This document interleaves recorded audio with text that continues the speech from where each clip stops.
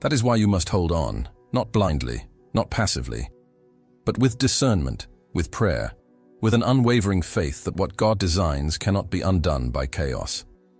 Feel this deeply. You are standing on sacred ground. The connection was never a mistake. It was heaven's plan. And the moment you finally grasp that, everything about the battle you're facing will make sense. And now, let me leave you with this question to burn in your heart until the next moment we continue.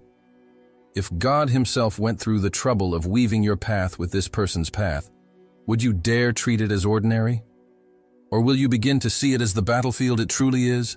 The one the enemy fears you will win? Chosen one, you must open your eyes to the real battle you are standing in right now. This is not about arguments, misunderstandings, or moments of silence.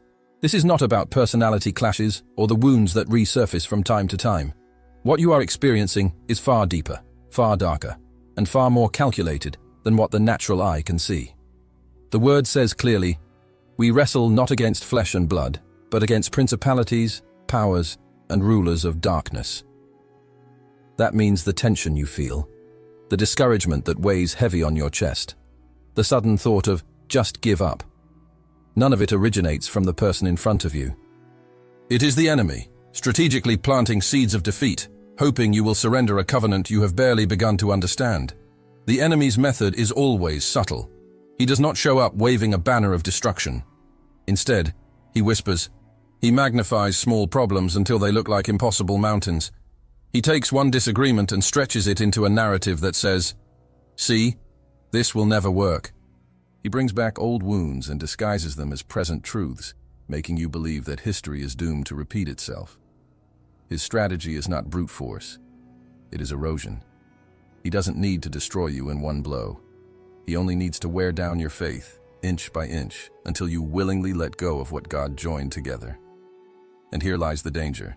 If you surrender now, you are not just walking away from a person. You are walking away from a divine mission. This connection is not only about companionship. It is about kingdom purpose. There are battles you were never meant to fight alone. There are callings you were never meant to carry without help.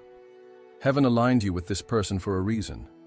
And if you choose to walk away in this season, you will also walk away from the very assignment tied to your union. The enemy knows this, and that is why he is relentless. He knows that if you remain, you will see fruit that will terrify him. But if you leave, he wins without lifting another finger. Think about it.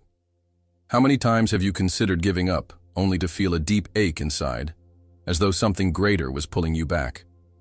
That ache is your spirit recognizing that this battle is not about emotion. It is about destiny. You can feel it in your bones that the fight is bigger than the two of you. That is because the enemy is not fighting your relationship. He is fighting the ripple effect it will create if it survives. When two chosen ones stand together, unified in faith, they become a weapon against darkness. They break cycles, they heal bloodlines, they release blessings not just for themselves, but for generations to come. That is why the enemy is so desperate to break you before you even realize the power you carry together. Chosen one, ask yourself with brutal honesty, is the voice telling me to leave truly from God, or is it from the one who fears my union? Because God never speaks in fear. He never whispers hopelessness. He never leads you with despair. The shepherd's voice brings peace even in correction, direction even in confusion, clarity even in silence. If the voice you are hearing only pushes you toward quitting, then you must discern its source.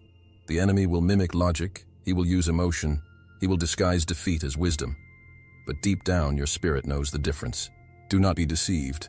The storm around you is not proof that the connection is weak. It is proof that it is powerful.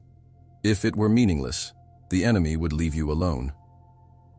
He does not waste resources on what holds no threat. The fact that you are under siege is evidence that your connection holds weight in the spiritual realm. And if you let go now, you hand over victory not only over your relationship, but also over the assignment God entrusted to you through it. So here is where the urgency rises. You cannot afford to surrender. Not now. Not when the stakes are this high. Your perseverance is not just about love. It is about obedience to the one who brought this person into your life with divine intention. If you walk away too soon, you will never know what would have been unlocked had you remained. And if you endure, you will one day look back and realize that every battle was a setup for breakthrough. Pause for a moment and let this sink in. The tension you feel is not proof that you should give up.